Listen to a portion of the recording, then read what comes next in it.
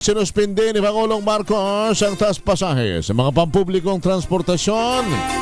Para sa Pangulo, hindi ito ang panahon na taasan ang pamasahe lalo na at kailangan na niya ng suporta ng commuters at mga manggagawa.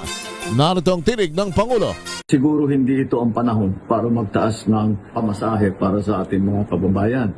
Kaya tinutos ko sa DOTR na suspindihin muna ang fare hike at i-defer muna natin yan, i-postpone muna natin yan dahil nasa gitna ngayon tayo nitong sitwasyon na ito na kailangan patuloy ang ating pag-alalay sa ating mga commuter, sa lahat ng mga ating manggagawa, mga estudyante, lahat ng gumagamit ng ating transport system.